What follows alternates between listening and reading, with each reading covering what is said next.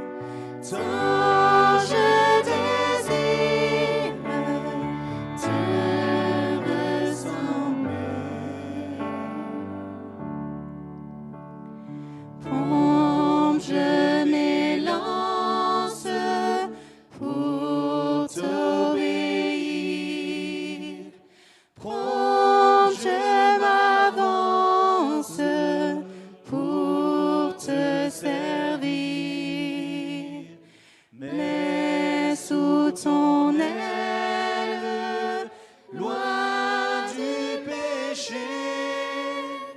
Sauveur fidèle, tiens-moi caché. Sauveur fidèle, tiens-moi caché.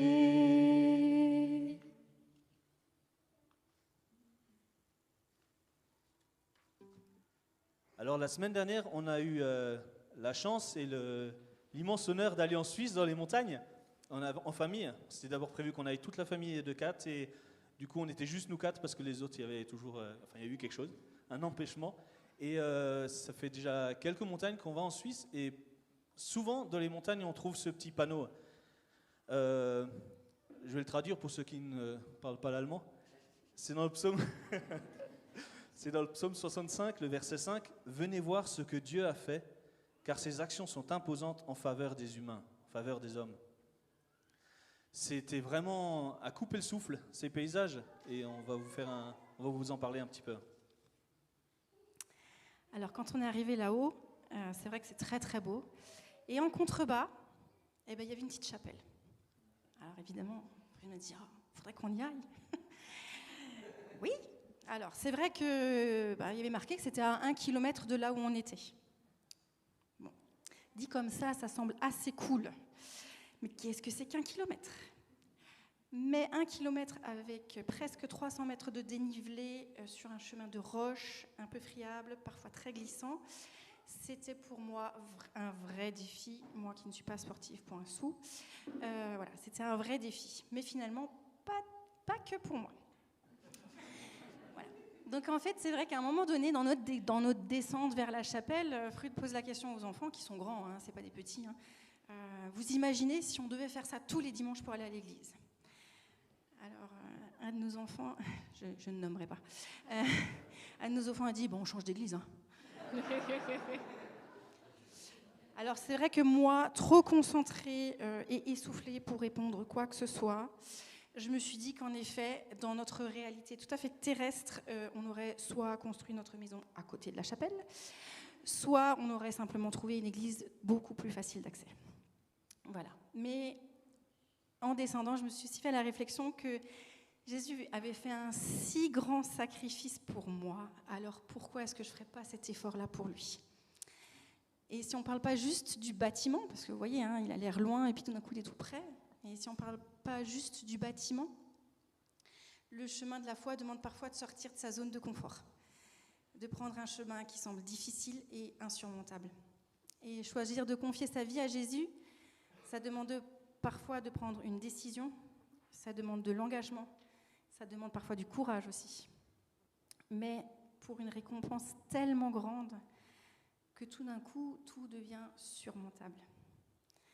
Et quand on s'engage pour Dieu, il nous donne évidemment tout ce dont on a besoin pour surmonter ces temps de difficultés. Mais même si parfois on se sent comme David face à Goliath, c'est-à-dire tout petit, David se sentait fort parce qu'il se sentait fort en Dieu. Et Dieu nous a laissé des outils et des armes pour nous aider. Il nous a donné l'armure du chrétien, il nous a donné le fruit de l'esprit. Alors oui, choisir de suivre Jésus demande de l'engagement et parfois du courage. Et je voudrais vraiment vous laisser ce verset avant qu'on continue de louer, qui est en 1 Corinthiens 15, versets 57 à 58. « Mais loué soit Dieu qui donne la victoire par notre Seigneur Jésus-Christ. C'est pourquoi, mes chers frères, soyez fermes. Ne vous laissez pas ébranler. Travaillez sans relâche pour le Seigneur, sachant que la peine que vous vous donnez au service du Seigneur n'est jamais inutile. » Alors je vous propose vraiment ce matin de vous lever pour le Seigneur, parce que voilà, suivre le Seigneur, c'est un engagement, ça demande du courage. Et je vous encourage vraiment à le faire, parce que la récompense est grande. Et voilà, on va passer un temps dans cette louange.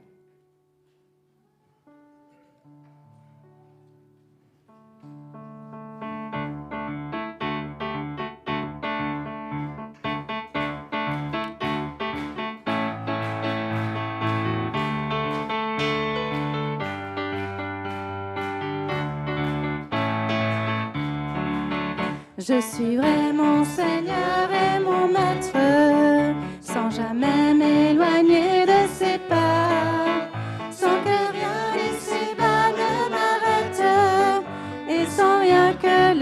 chant de sa voix. Je vivrai de bonheur et de grâce, de l'amour que son cœur m'a donné, et que rien ici-bas ne l'efface. C'est le vœu de mon âme assoiffée. Un seul instant auprès de toi vaut bien les heures et la route. Tout pour autant que ce soit toi qui m'accompagne au parvis de ta joie. Je suivrai mon Seigneur et mon Maître, sans jamais m'éloigner de ses pas, sans que rien ici-bas ne m'arrête, et sans rien que le chant de sa voix. Je vivrai de bonheur et de grâce, de l'amour que son cœur m'a donné, et que rien ici-bas ne l'efface. C'est le vœu de mon âme assoiffée. Un seul instant auprès de toi vaut bien les heures et la route. Tout pour autant que ce soit toi qui m'accompagne au parvis de ta joie. Je suivrai mon Seigneur et mon Maître, sans jamais m'éloigner de ses pas, sans que rien ici-bas ne m'arrête, et sans rien que le chant de sa voix, et sans rien que le chant de sa voix, et sans rien que le chant de sa voix.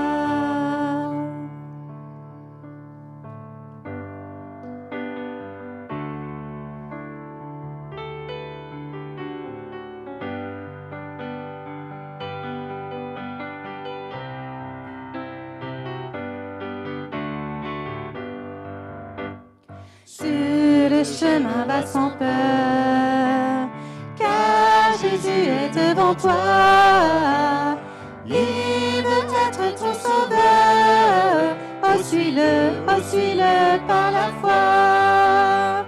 Et maintenant saisis la main de ton sauveur, car lui seul te donne l'éternel bonheur. Il a donné sa vie sur la croix. Oh, suis-le par la foi. Et si tu tombes en chemin, regarde à Jésus mon roi. Il est dans le lieu très saint, et il prie pour toi. Et maintenant saisis la main de ton sauveur, car lui seul te donne l'éternel bonheur. Il a donné sa vie sur la croix. Oh, suis-le par la foi. Un jour Jésus reviendra. Oh, quel immense bonheur. Dans son ciel il te prendra. Bénis-le dans ton cœur. Et maintenant saisis la main de ton sauveur, car lui seul te donne l'éternel bonheur. Il a donné sa vie sur la croix. Oh, suis-le par la foi. Et maintenant saisis la main de ton sauveur, car lui seul te donne l'éternel bonheur. Il a donné sa vie sur la croix. Oh, suis-le par la foi. Le prochain chant n'est pas connu. On va l'apprendre. Mais c'est un chant qui nous semblait approprié pour ce temps de louange, parce que c'est un chant qui dit que je ne tremblerai pas devant mes ennemis, que si je dois fléchir, c'est devant la croix. Alors, essayez d'écouter ou de chanter avec nous, ceux qui connaissent, mais de vous approprier vraiment ces paroles qui sont importantes et qui traduisent vraiment ce qu'on veut dire à Dieu et à Jésus.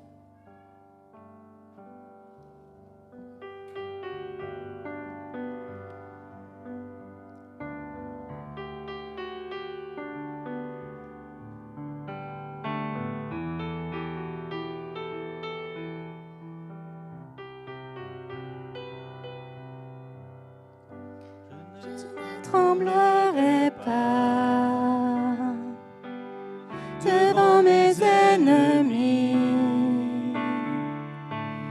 je ne fléchirai pas sous le poids de la vie. Je ne tremblerai pas, ce n'est pas mon appel. Ma confiance est en toi, mon espoir te révèle. Si je dois trembler, ce sera devant toi.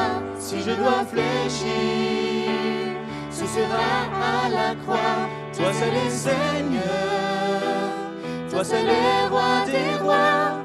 Ni la mort ni la vie n'éteindront ma foi. Je marche face au vent,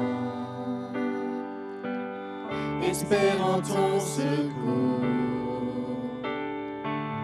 Tu es le Dieu vivant, tu règnes pour toujours. Si je dois trembler, ce sera devant toi.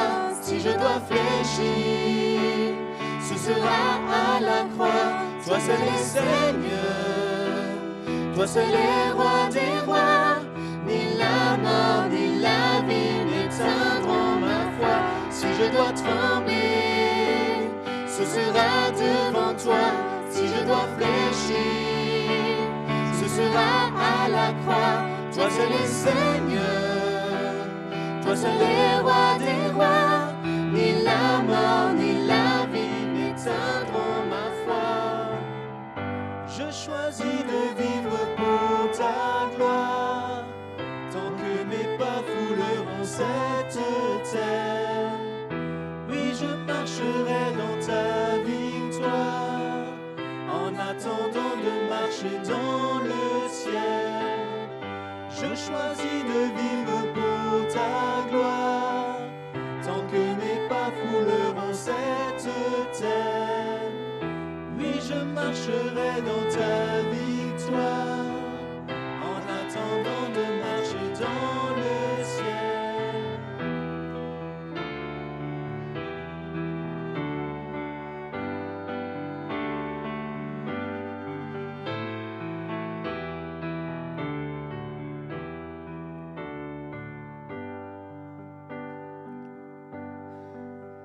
Si je dois trembler, ce sera devant toi. Si je dois fléchir, ce sera à la croix. Toi seul est Seigneur, toi seul est roi des rois. Ni la mort ni la vie n'éteindront ma foi. Si je dois trembler, ce sera devant toi. Si je dois fléchir, ce sera à la croix. Toi seul est Seigneur, toi seul est roi des rois. Ni la mort ni la vie n'éteindront ma foi.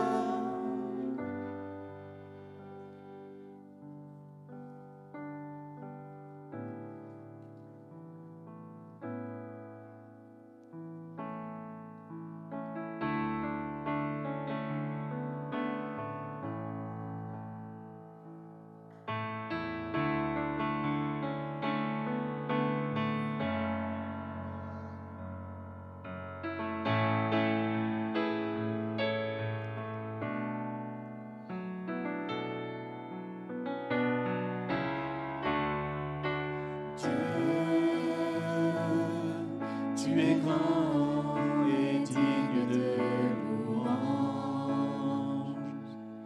Dans la cité de Dieu, la ville sainte, joie de toute la terre.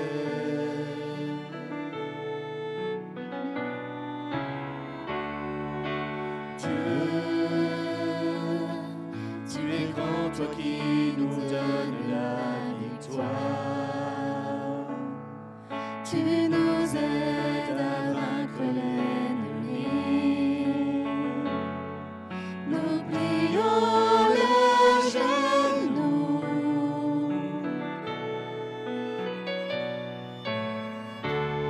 Seigneur, nous voulons élever ton nom.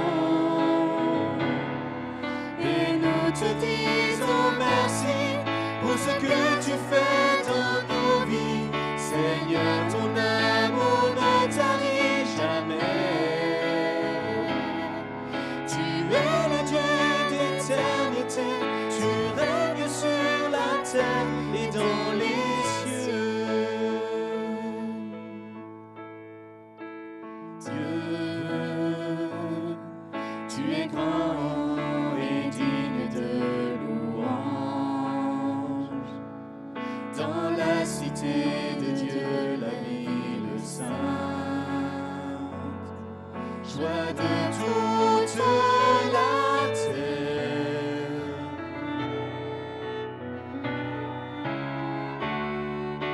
Dieu, tu es grand, toi qui nous donnes la victoire. Tu nous aides à vaincre l'ennemi. Nous plions le genou.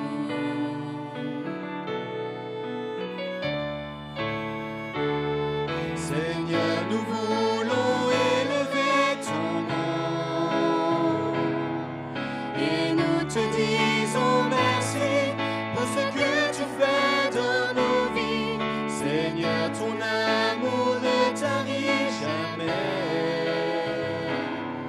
Tu es le Dieu d'éternité, tu règnes sur la terre et dans les cieux. Seigneur, Dieu d'éternité, tu règnes sur la terre et dans les cieux.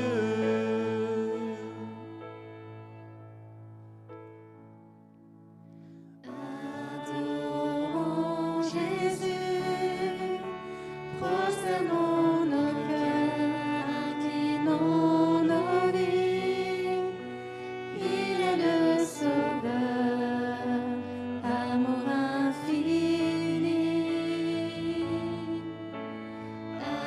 Adorons Jésus, nous levons nos mains pour lui rendre gloire. Il est le chemin, il est notre espoir. Adorons Jésus, prosternons nos cœurs, inclinons nos vies. Il est le Sauveur, amour infini. Adorons Jésus, nous levons nos mains pour lui rendre gloire. Il est le chemin, il est notre espoir. Magnifique est le Seigneur, magnifique est le Seigneur, magnifique est le Seigneur, digne de louange. Magnifique est le Seigneur, magnifique est le Seigneur, magnifique est le Seigneur, digne de louange. Adorons Jésus, prosternons nos cœurs, inclinons nos vies. Il est le Sauveur, amour infini. Adorons Jésus, nous levons nos mains pour lui rendre gloire. Il est le chemin, il est notre espoir.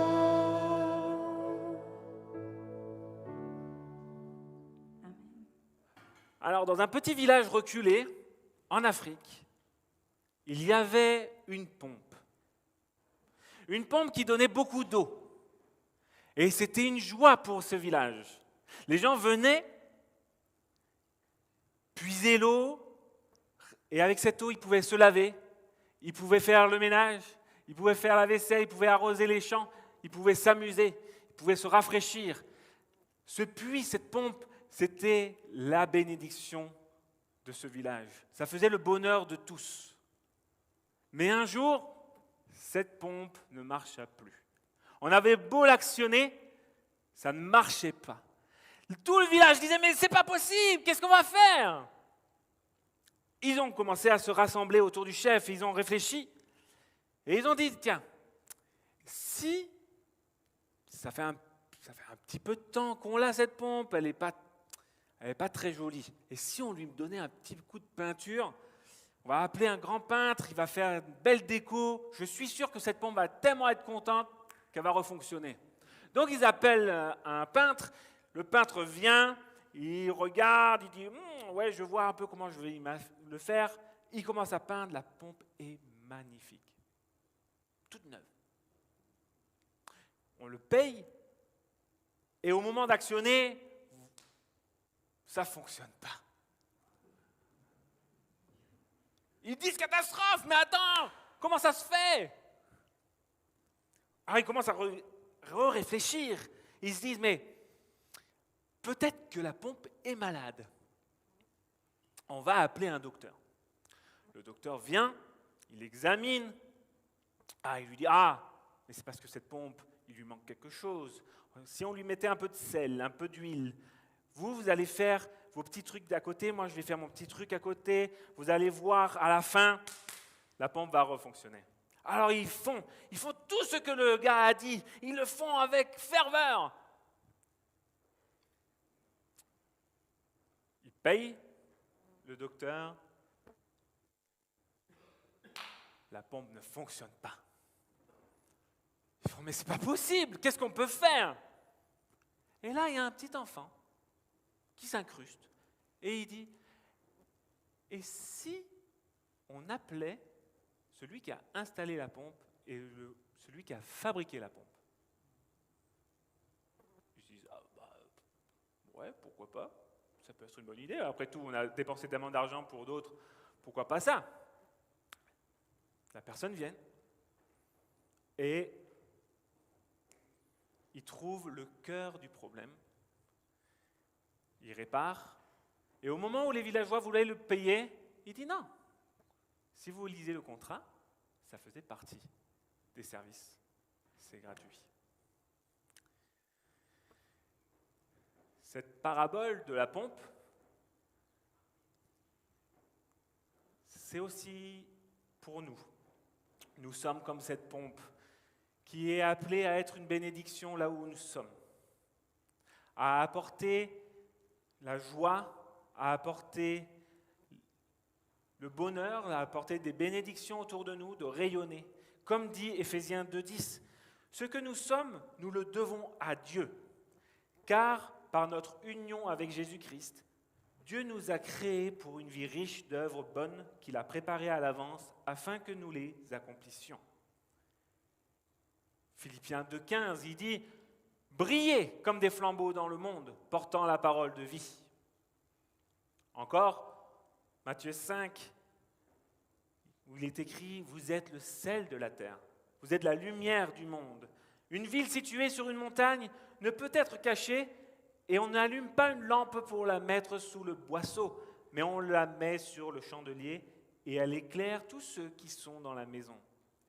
Que votre lumière luise ainsi devant les hommes, afin qu'ils voient vos bonnes œuvres et qu'ils glorifient votre Père qui est dans les cieux. » Tout comme cette pompe, on est appelé à accomplir ces œuvres bonnes que Dieu nous a créées d'avance pour que nous puissions les pratiquer et que, à travers cela, les gens autour de nous glorifient le Père. C'est notre vocation. On est appelé à pouvoir glorifier Dieu par nos bonnes œuvres qu'il a créées d'avance. Unis à lui. C'est marqué aussi dans Jean 15. Je suis le cep de la vigne, vous en êtes le sarment. Celui qui demeure en moi et en qui je demeure portera du fruit en abondance, car sans moi, vous ne pouvez rien faire.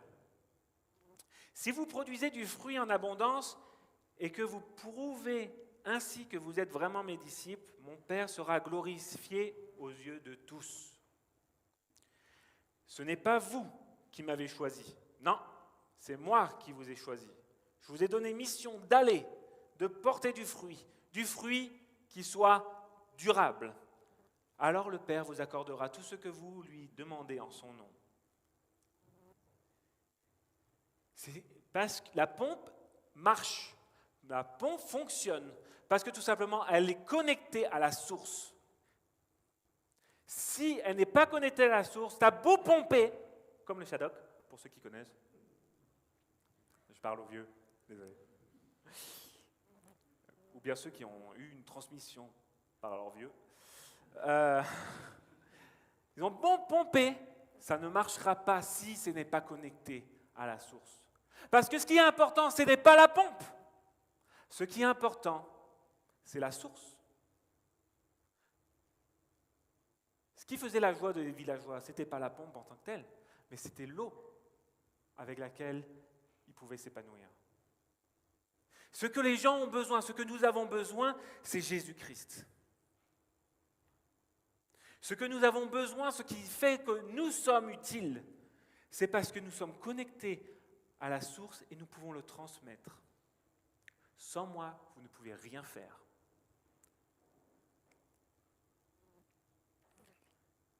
Dans Amos 5, il est écrit que le droit jaillisse comme une source d'eau, que la justice coule comme un torrent intarissable. Dans Jean 7, c'est marqué, c'est Jésus qui parle, il dit « Si quelqu'un a soif, qu'il vienne à moi, et que celui qui croit en moi boive, car, comme le dit l'Écriture, des fleuves d'eau vive jailliront de lui. » Et là, il parle de l'Esprit. Si tu crois au Seigneur Jésus, l'Esprit de Dieu est là, et il ne demande qu'à déborder et produire du fruit. Ce fruit qu'on connaît tous, le fruit de l'Esprit, c'est l'amour, la joie, la paix, la patience, l'amabilité, la bonté, la fidélité, la douceur, la maîtrise de soi. L'Esprit va te développer ça en toi. Et si tu le mets en pratique, si tu œuvres, si tu es vrai, tu vas être une pompe utile au Seigneur. Et les gens vont être glorifiés. Dieu va être glorifié.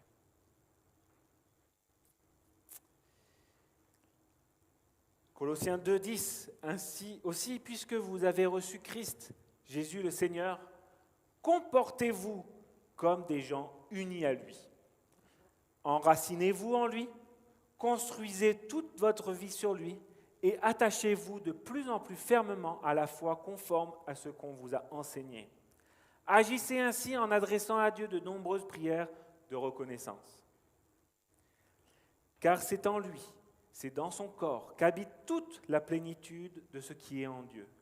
Et par votre union avec lui, vous êtes pleinement comblés, car il est le chef de toute autorité et de toute puissance.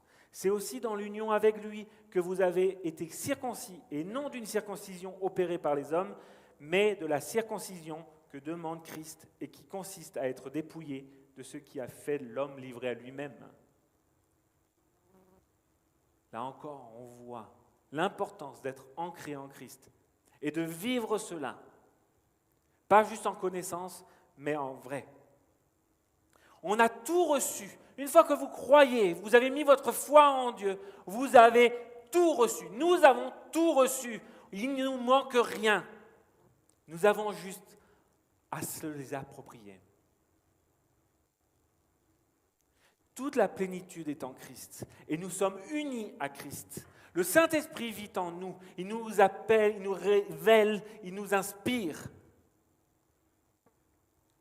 Il nous parle à travers l'Écriture. Comme il dit dans 2 Timothée 3, 16, toute Écriture est inspirée de Dieu et utile pour enseigner, pour convaincre, pour corriger, pour instruire dans la justice, afin que l'homme de Dieu soit accompli et propre à toutes bonnes œuvres. Le Saint-Esprit et la parole de Dieu, ça va ensemble. On ne peut pas dire, non, j'ai la Bible seule, parce que tu vas avoir la connaissance seule. Mais tu ne peux pas dire simplement, j'ai le Saint-Esprit, si tu ne veux pas lire la Bible, si tu ne veux pas être instruit par elle. Et la Bible le Saint-Esprit ne dira jamais le contraire de ce qu'elle a inspiré. Ça va ensemble.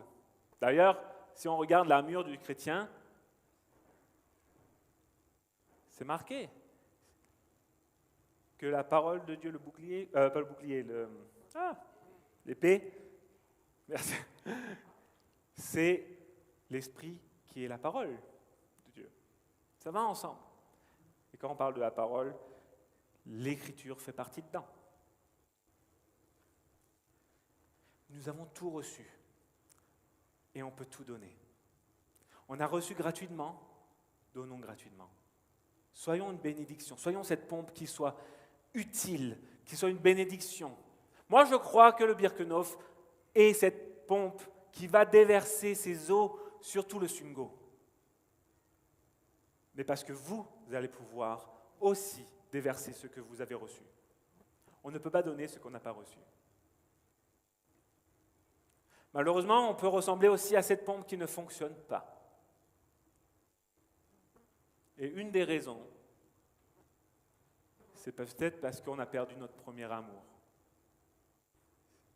Si vous vous rappelez de cette histoire, c'est dans Apocalypse 2, une lettre écrite à l'église d'Éphèse, où Dieu va féliciter cette église.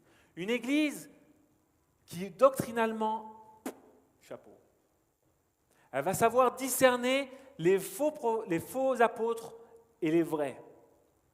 Ils vont être félicités pour leur persévérance dans la foi. Mais pourtant, Jésus va leur dire, j'ai quelque chose contre toi, c'est que tu as perdu ton premier amour.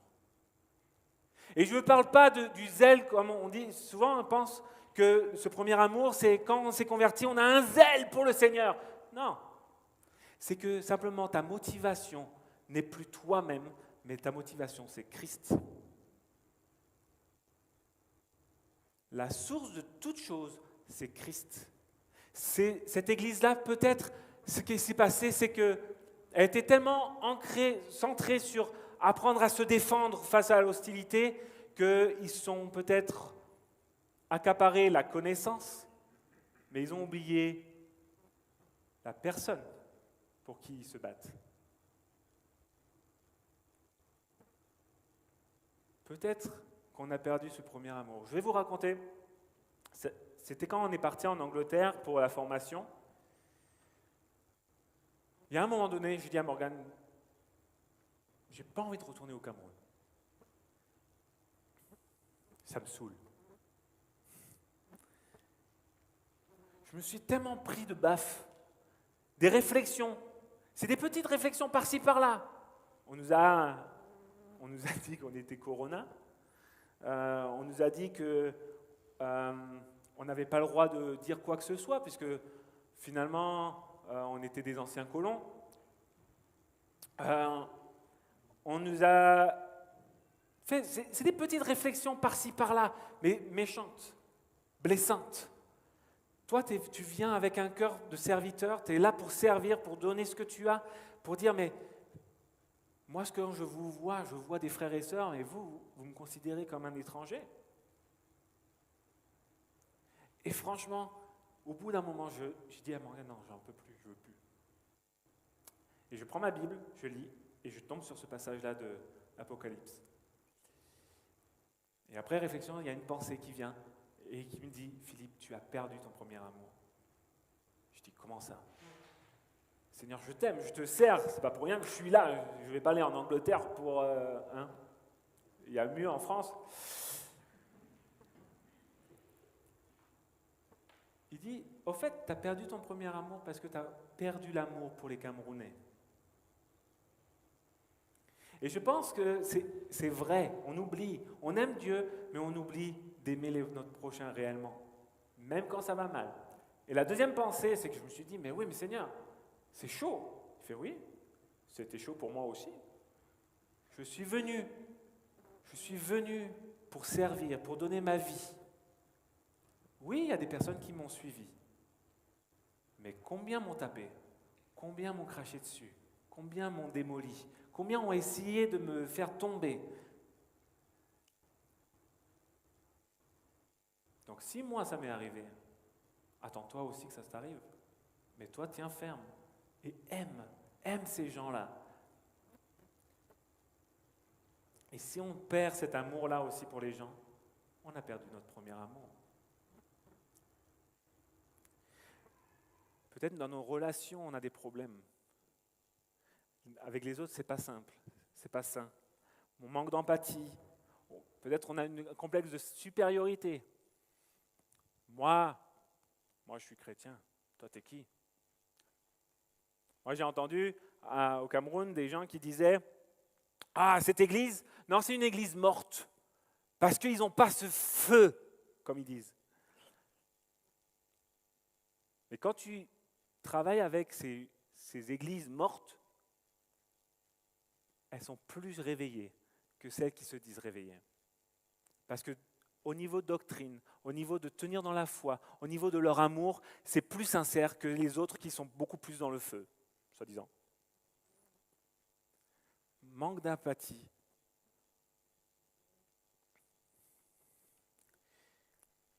On peut insulter aussi. On peut mépriser les gens. Et particulièrement notre gouvernement. Or, la Bible dit, soumettez-vous à vos autorités et priez pour eux. Parce qu'au-delà de simplement des personnes qui sont dans le gouvernement, ce sont des personnes. Ce sont des humains, créés à l'image de Dieu, aimés de Dieu, et qui, Dieu désire simplement, c'est qu'ils puissent être sauvés également. On peut ne pas être d'accord avec leur politique, mais on a toujours un respect envers eux et prier pour eux. Et ça marche avec n'importe quel être humain.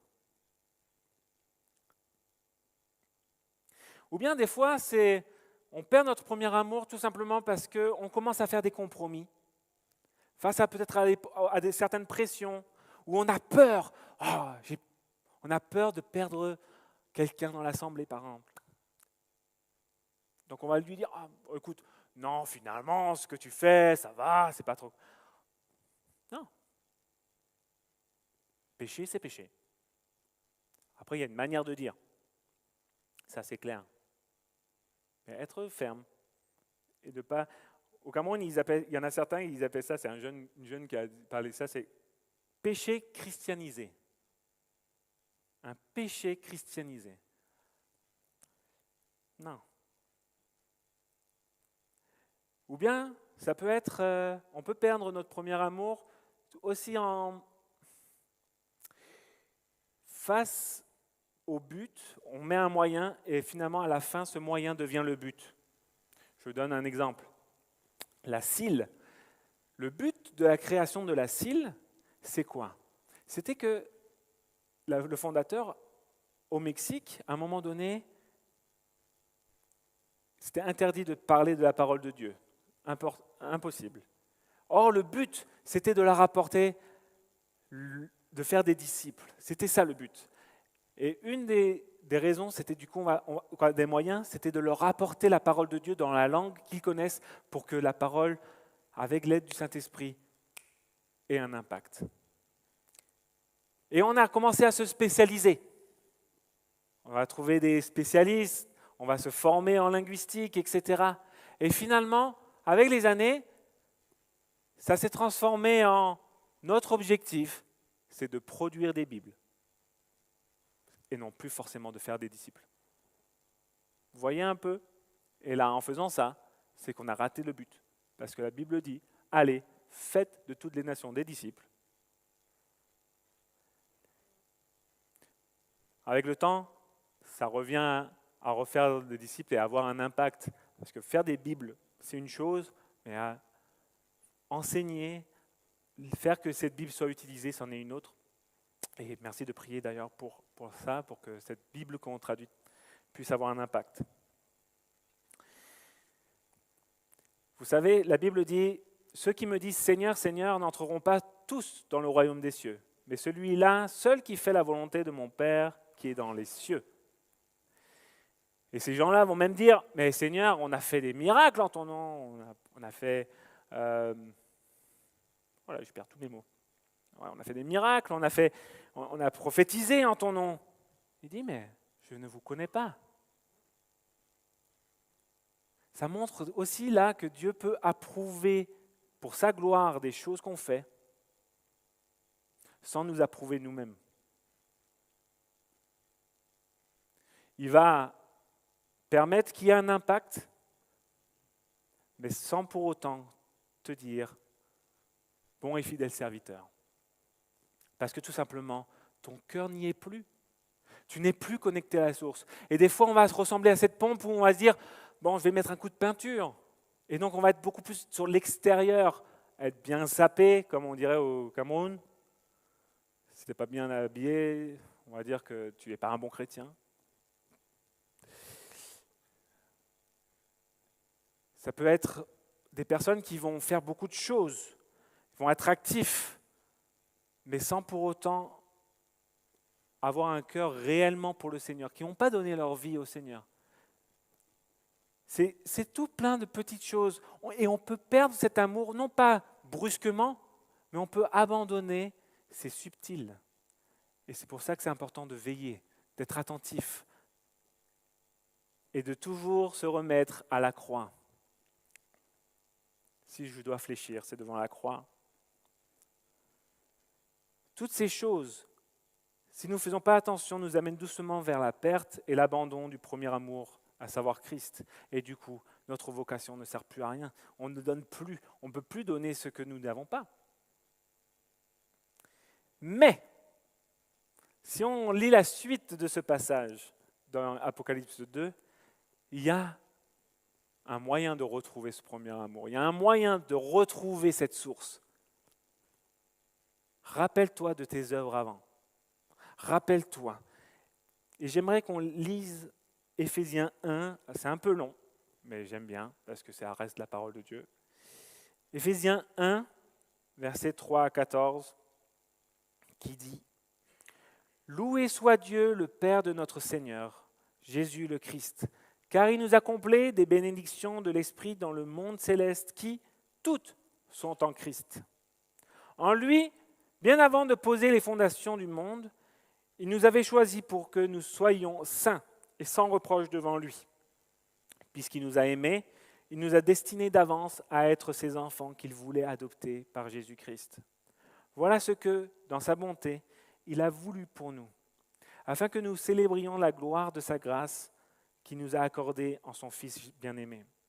En Christ, parce qu'il s'est offert en sacrifice, nous avons été délivrés et nous avons reçu le pardon de nos fautes. Dieu a ainsi manifesté sa grâce dans toute sa richesse et il a répandu sur nous avec surabondance en nous donnant pleine sagesse et pleine intelligence pour que nous connaissions le secret de son plan. Ce plan, il a fixé d'avance dans sa bonté en Christ pour conduire les temps vers l'accomplissement.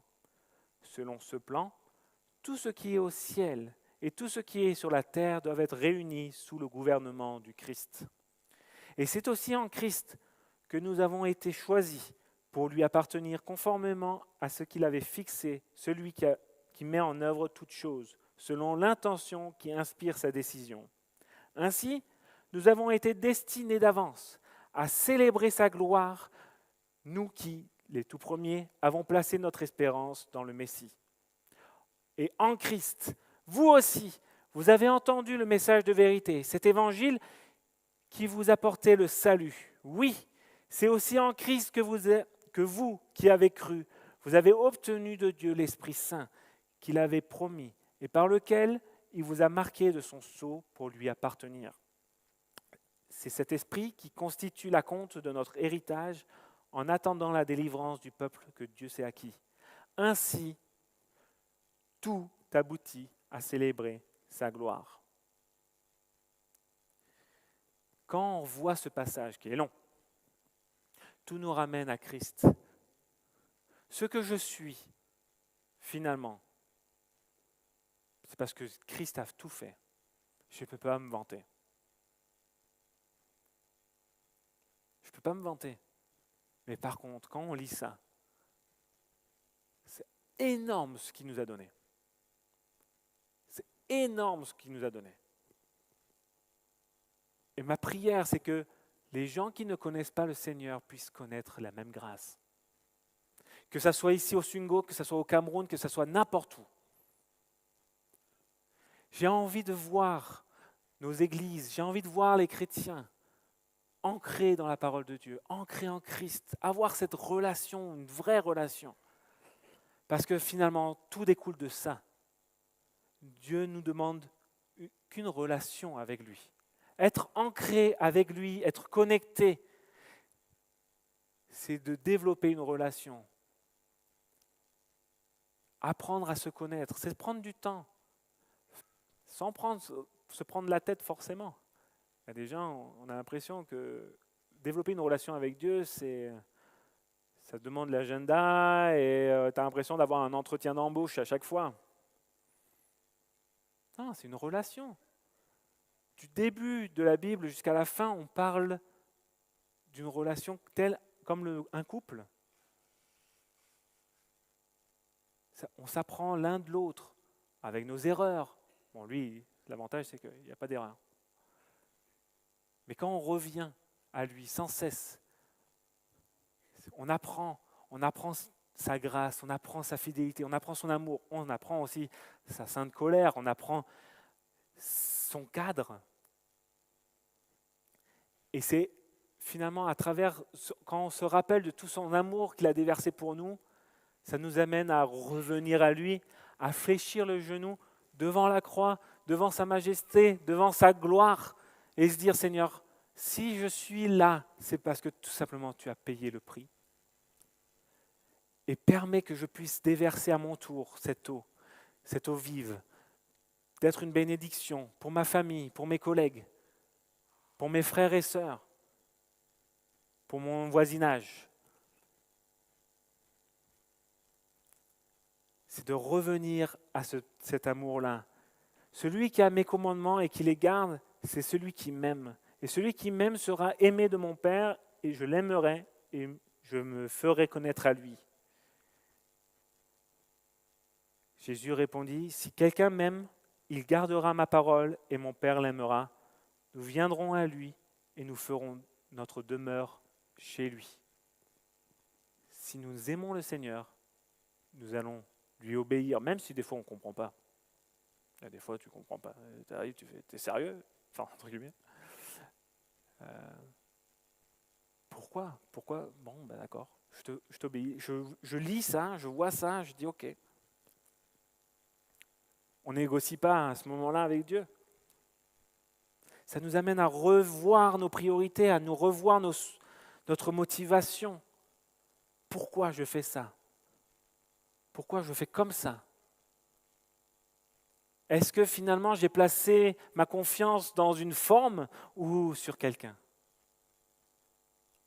Est-ce que le moyen que nous avons mis en place pour atteindre un objectif, est-ce que c'est plutôt sur ça que je me repose ou est-ce que je crois que le Dieu qui m'a créé, c'est quelqu'un qui est créatif et il m'a fait à son image, donc il m'a donné aussi l'intelligence de pouvoir être créatif et pour atteindre un but?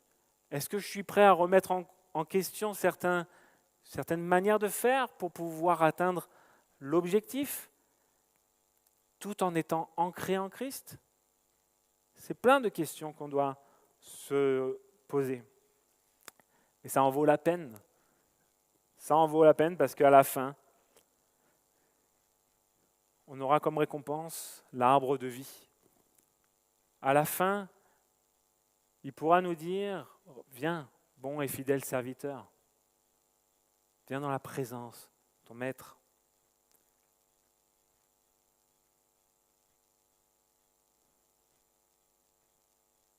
Je prie pour que nous puissions être une pompe utile pour le Seigneur. Je prie pour que le Birkenhof soit non pas un joli bâtiment, qui est très beau d'ailleurs, j'aime beaucoup, mais que ça puisse être une bénédiction, un lieu de rencontre, un lieu où, quand les gens vont venir, ils vont voir notre amour les uns pour les autres et dire « Waouh, c'est quelque chose que dans notre monde on ne voit plus. Quel est votre secret ?» Et on pourra leur répondre « C'est Christ. » Si Christ n'était pas là, on ne pourrait pas s'aimer comme on s'aime, si seulement on s'aimait. Je veux croire que le Seigneur veut nous utiliser encore pour répandre la bonne nouvelle, pour répandre son salut, sa grâce, pour qu'on puisse être des bénédictions. Je veux croire que le Seigneur a encore plein de choses à nous faire connaître de sa personne. Mais je prie pour que nous ne soyons jamais déconnectés de notre source. Et que les faux semblants soient effacés. Que sur lequel on doit se focaliser, ça reste Christ. Et que nous puissions revenir à lui si c'est nécessaire, afin d'être utiles et être des bénédictions. Que Dieu le Père et le Seigneur Jésus-Christ accordent à tous les frères la paix et l'amour avec la foi. Que Dieu donne sa grâce à tous ceux qui aiment notre Seigneur Jésus-Christ d'un amour inaltérable. Que le Seigneur vous bénisse. Amen.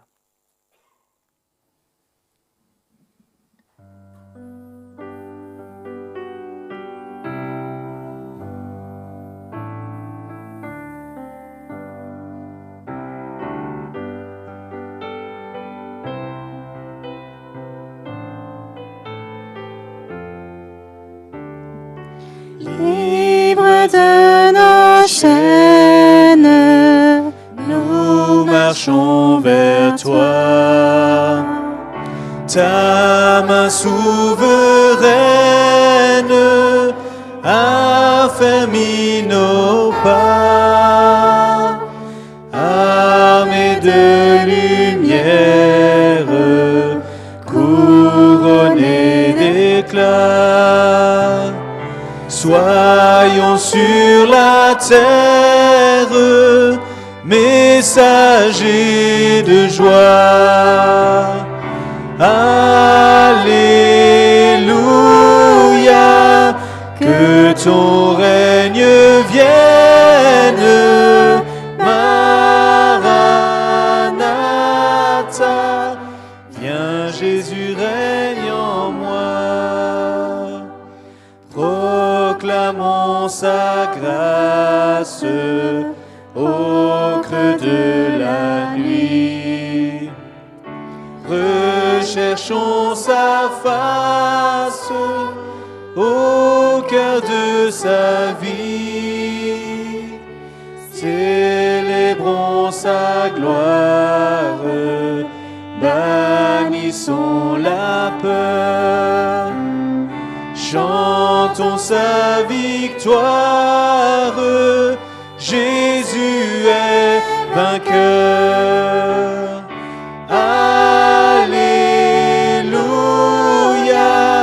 que ton règne vienne. Maranatha,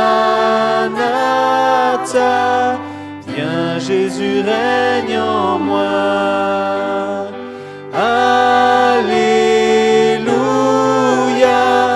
que ton règne vienne. Maranatha,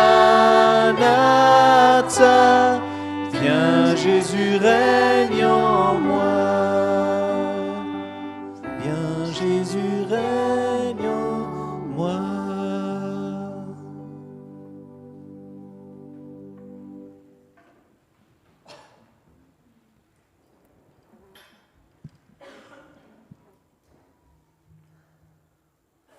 Le Seigneur est bon. On l'a entendu, on l'a vécu, on l'a chanté. Et je veux dire merci au Seigneur. Merci au Seigneur parce qu'on a prié avant le culte pour qu'il prenne la main. Et je pense qu'il l'a pris avec ce que nous avons échangé au travers des chants, au travers de ce que Philippe nous a apporté. Merci beaucoup, Philippe. Merci Morgane pour ce témoignage aussi de ce que vous vivez. Merci pour ceux que ce matin ils étaient avec les enfants. Donc, un grand merci au Seigneur. Je voudrais partager 2 sujets de prière pour cette semaine. Prions pour la famille Soudra, Philippe, Morgane et Élise, avec tous les sujets que vous avez apportés, que le Seigneur soit leur soutien dans tous les domaines et besoins, tant matériels comme spirituels. Et je voudrais élargir cette prière pour nos envoyés. Il y a Aurélie Hirschler, Elénouz Vomer, Thomas et Lydia et les enfants. Portons-les dans la prière.